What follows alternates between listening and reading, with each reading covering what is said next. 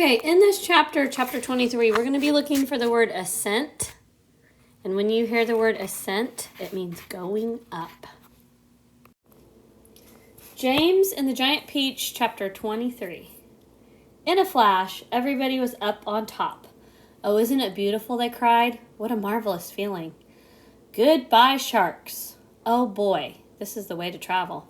Miss Spider, who was literally squealing with excitement, grabbed the centipede by the waist, and the two of them started dancing around and around the peach stem together.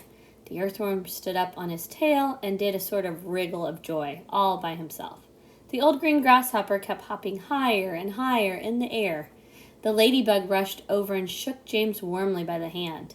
The glowworm, who at the best of times was very shy and silent creature, sat glowing with pleasure near the tunnel entrance.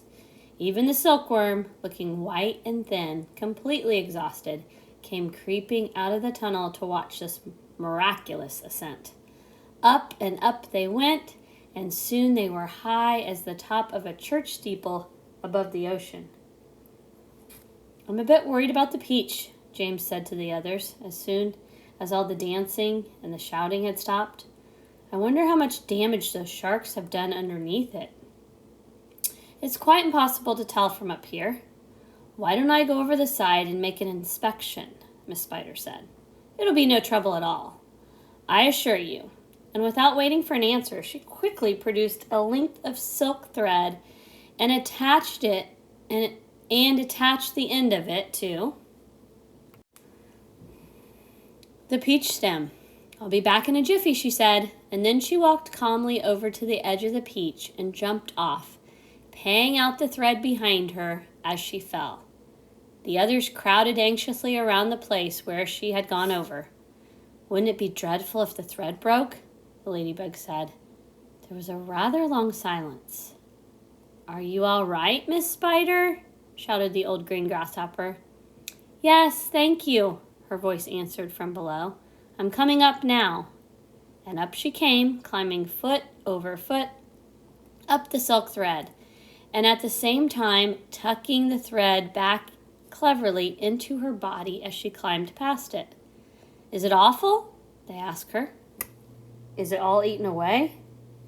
Are there great holes in it everywhere?" Miss Spider clambered back onto the deck with a pleased but rather puzzled look on her face.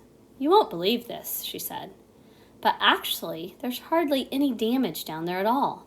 The peach is almost untouched. There were just a few tiny pieces out of it here and there, but nothing more." "You must be mistaken," James told her. "Of course she's mistaken," the centipede said. "I promise you I'm not," Miss Spider answered. "But there were hundreds of sharks around us. They churned the water into froth. We saw their great mouths opening and shutting." "I don't care what you saw," Miss Spider answered.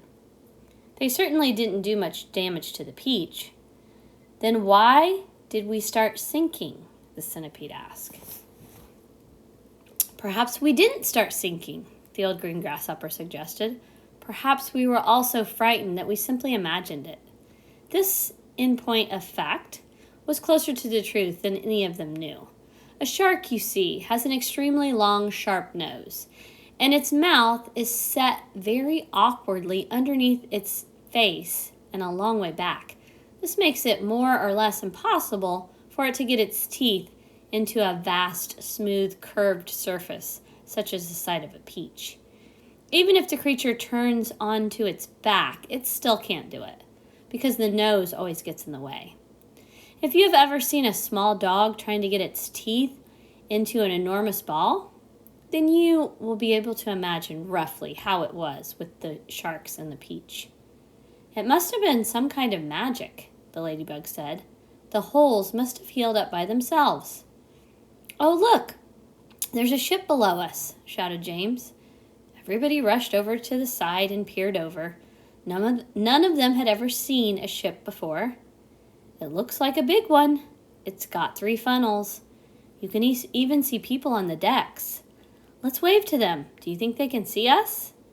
Neither James nor any of the others knew it, but the ship that was now passing beneath them was actually the Queen Mary, sailing out of the English Channel on her way to America.